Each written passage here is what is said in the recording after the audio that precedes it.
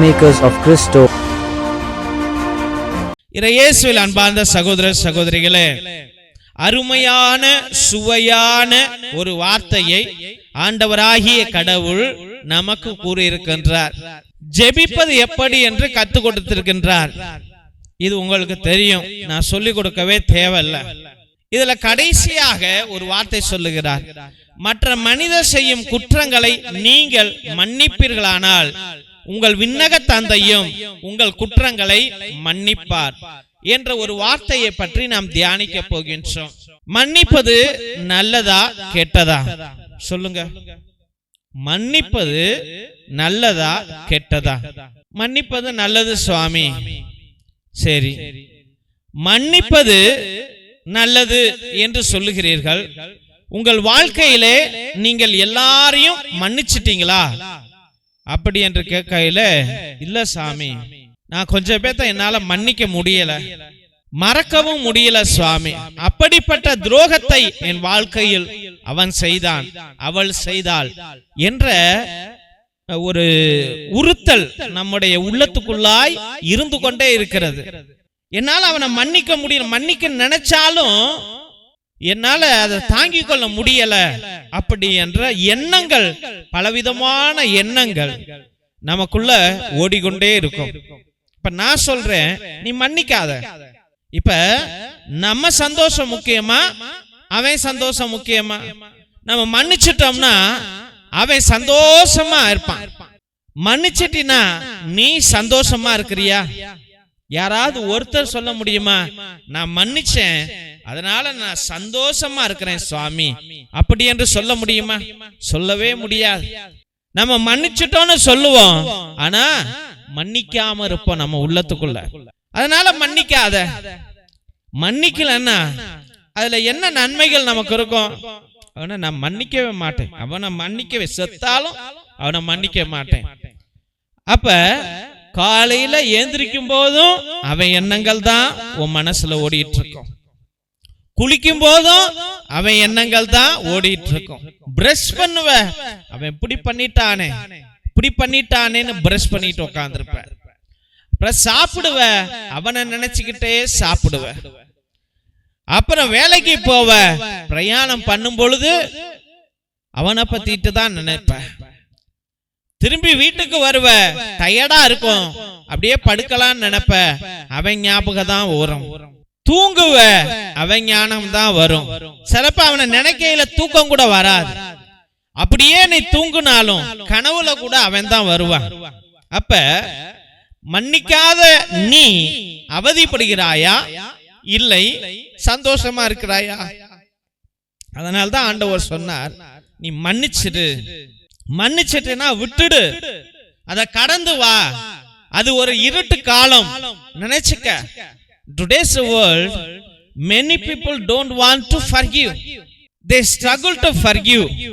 All the time they remember the harm that they did to them, and therefore they don't want to forgive. According to me, let you not forgive. Don't forgive them. Let the harm or let the wound remain within you. If you forgive, he will become a blessing. If you don't forgive, you will lose your blessing. If you don't forgive, what will happen? Throughout the morning to evening, you will be going on pondering over him. You will remember him. You will remember the incident. You will remember the event that took place, that harmed you. And throughout your life, you are not at peace.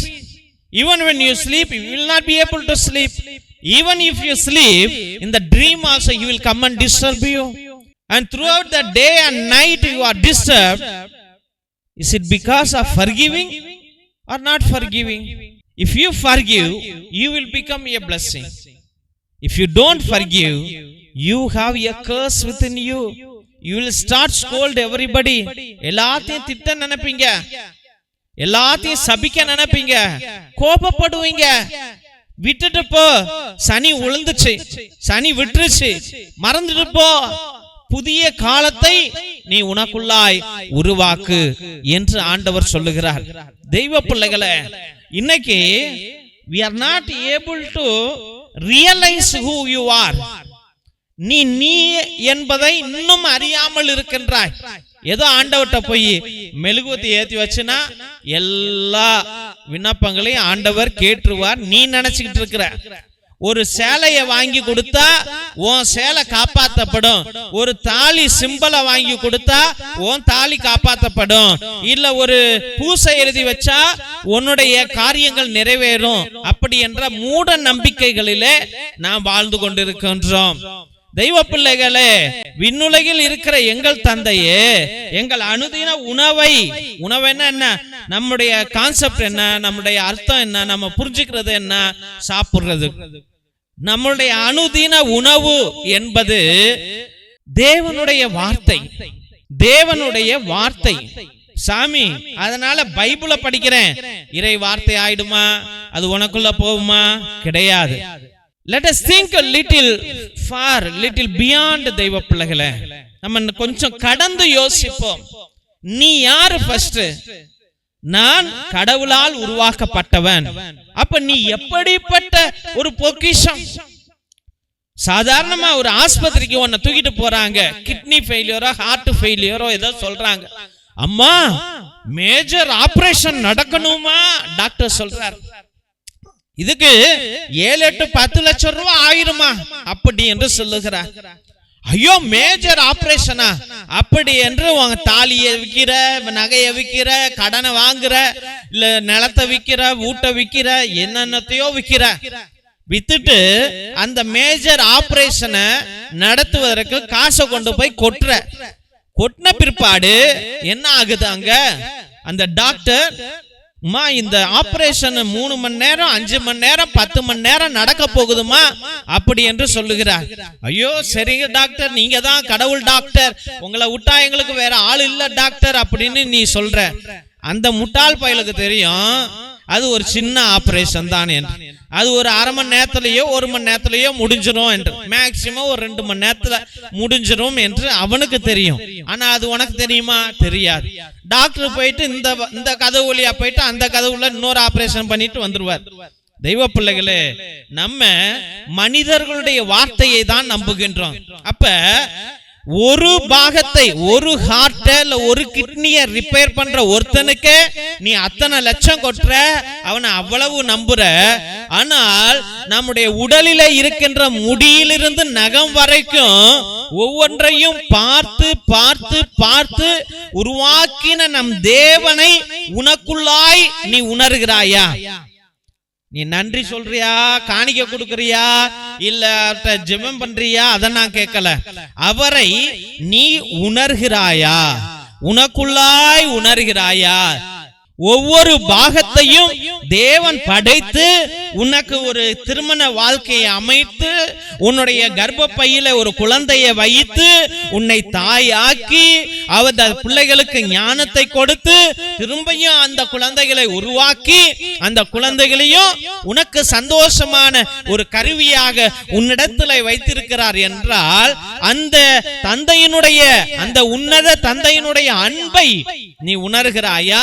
அவருடைய பிரசன்னத்தை உன்னுடைய உடலிலே, உன்னுடைய உள்ளத்திலே, உன்னுடைய ஆவியிலே உணர்கின்றாயா? நம்ம உணர்வதில்லை தெய்வ பிள்ளைகளே, நம்ம உணர்வதில்லை. எவ்வளவு பரிசுத்தமாக ஒவ்வொரு திடனையும் ஒவ்வொரு நாளும் பலனையும் கொடுக்கின்றார். திருசிலுவை ஆசீர்வாதத்தை பெற்றுக்கொள்வோம்.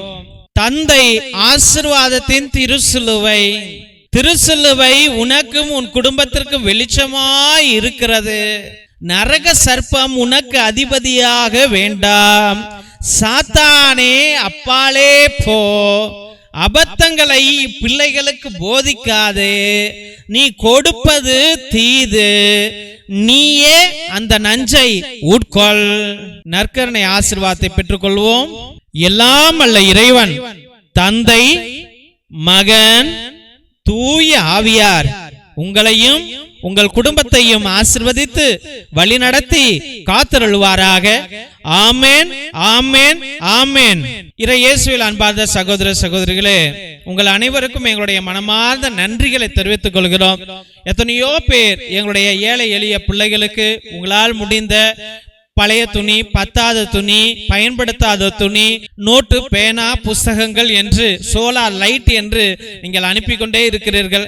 அதற்காக என்னுடைய மனமார்ந்த நன்றிகளை தெரிவித்துக் கொள்கிறோம். தெய்வ பிள்ளைகளே, நீங்கள் அனுப்பிய ஒவ்வொரு துணியையும், ஒவ்வொரு நோட்டு, புஸ்தகம், பேனாவையும் எங்களுடைய சபை ஸ்தாபகர் மோஸ்ட் ரெவரண்ட் பிஷப் ஹிபோரா குசாலா மற்றும் எங்களுடைய சபை தலைவர் ரெவரண்ட் ஃபாதர் கிஷோர் பாபு ஒவ்வொரு நாளும் ஏழை எளிய பிள்ளைகளுக்கு அதை பகிர்ந்து கொண்டே இருக்கிறார்கள்.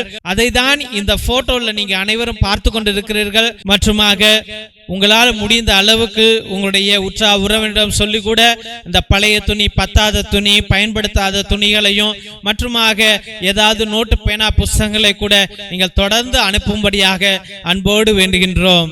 மற்றும் தெய்வ பிள்ளைகளே, ஒவ்வொரு நாளும் மதியம் 3 மணியிலிருந்து 5 மணி வரைக்கும் தேவனோடு ஒன்றித்து இறை இரக்கத்தின் ஜெபமாலை, நற்கருணை ஆராதனை, நவநாள் மற்றும் உன்னத திருப்பலியை உங்களுடைய கருத்துகளுக்காக 2 மணி நேரம் ஒரே குருவானவர் ஜெபிக்கிறார் என்றால் உலகத்துல எங்கேயுமே நடக்கல. அது தயவு செய்து தெய்வ பிள்ளைகளே, உங்களுடைய கருத்துக்களை அனுப்புங்க. உங்களுடைய கருத்துக்களுக்காக நாங்கள் அனுதினமும் ஜெபித்துக் கொள்வோம். ஒருவேளை நீண்ட நாட்கள் உங்களுடைய கருத்துக்கள் நிறைவேறவில்லை என்றால் நேர்த்தி திருப்பலி அர்ப்பணிங்கள். 3 திருப்பலி, 5 திருப்பலி, 7 திருப்பலி, 9 திருப்பலி, 12 திருப்பலி, 21 திருப்பலி, 30 திருப்பலி, 33 திருப்பலி என்று நீங்கள் அர்ப்பணிப்புக்கலாம். உங்களுக்காக அனுதினமும் நாங்கள் ஜெபித்துக் கொள்வோம். 2 மணி நேரம் ஜெபிப்போம். பேரை சொல்லி சொல்லி ஜெபிப்போம் என்பதை அன்போடு தெரிவித்துக் கொள்கிறோம். மற்றும் அவருடைய குடும்பத்தில் யாராவது உங்களுடைய உறவுகள், நெருங்கிய உறவுகள் மரித்திருந்தால் நீங்க கிரகோரியன் மாஸ், அதாவது புனித கிரகோரியார் திருப்பலியை நீங்கள் அர்ப்பணிக்கலாம். 30 திருப்பலி, ஒவ்வொரு திருப்பலிக்கும் ரூபாய் 100 என்பதை அன்போடு தெரிவித்துக் கொள்கின்றோம். ஆத்ம இளைப்பாறுதலுக்காக இதை அர்ப்பணிப்பார்கள். நம்முடைய திருச்சபையில உங்களுடைய கருத்துக்களை நீங்கள் அனுப்பலாம் என்பதை அன்போடு தெரிவித்துக் கொள்கிறோம். மிரக்கல் ஆயில் அதிசய எண்ணெய், இது கோகனட் எண்ணெய் கிடையாது. இது அற்புதங்களை செய்யக்கூடிய வல்லமையான எண்ணெய். எல்லா நோய்களுக்கும் வலிகளுக்கும் பயன்படும். தலைவலி, நெஞ்சு வலி, மூச்சு வலி, முழங்கால் வலி மற்றும் மூச்சு வாங்கல், வயிற்று வலி அனைத்திற்கும் பயன்படும். எல்லா நோய்களையும் தீர்க்கும். மற்றும் குழந்தை பாக்கியத்திற்கு கூட இது அருமையாக செயல்படும். இதை வாங்கி நீங்கள் தயவு செய்து பயன்படுத்தும்படியாக அன்போடு வேண்டுகின்றோம். இறை இரக்கத்தின் விடுதலை ஜெப புத்தகம். இது அந்த காலத்தில் நம்முடைய மூதாதையர்கள் செபஸ்தியா தகடு, அந்தோனியா தகடு செய்வதற்காக வல்லமையான ஜெபங்களை வைத்து அந்த தகடுகளை செய்தார்கள். அதில் உள்ள ரகசிய ஜெபங்களுடையவை இவை. இந்த ஜெபங்களை வாங்கி நீங்க பயன்படுத்துங்க. உங்களுடைய செய்வினைகள், கட்டுகள், குடும்ப கட்டுகள், தலைமுறை சாபம் அனைத்திலிருந்து உங்களுக்கு விடுதலையை ஆண்டவர் கொடுப்பார். இது வல்லமையான புத்தகம் தெய்வ பிள்ளைகளே. இதை வாங்கி நீங்கள் பயன்படுத்தும்படியாக அன்போடு வேண்டுகின்றோம். மற்றும் தெய்வ பிள்ளைகளே, ஒவ்வொரு நாளும் மதியம் 3 மணியிலிருந்து 5 மணி வரைக்கும் நடக்கும் இந்த உன்னத ஜெபத்தில் கலந்து கொள்வதற்காக நன்றிகள். இந்த சேனலை தயவு செய்து சப்ஸ்கிரைப் பண்ணுங்க, இதை ஷேர் பண்ணுங்க, உங்களுடைய வாட்ஸ்அப் ஸ்டேட்டஸ்ல வைங்க, உங்களுடைய வாட்ஸ்அப் குரூப்ல வையுங்க, மற்றவர்களிடம் பகிர்ந்து கொள்ளுங்க. தெய்வ பிள்ளைகளே, இந்த ஜெப வழிபாட்டில் கலந்து கொள்ளுங்க, கேட்டுக்கொள்ளுங்க. ஆண்டவர் அற்புதங்களை அவர்களுக்கு செய்வார். நீங்க இந்த ஊழியத்தை தாங்கினார், உங்க குடும்பத்தை ஆண்டவர் தாங்குவார் என்பதை அன்போடு தெரிவித்துக் கொள்கின்றோம்.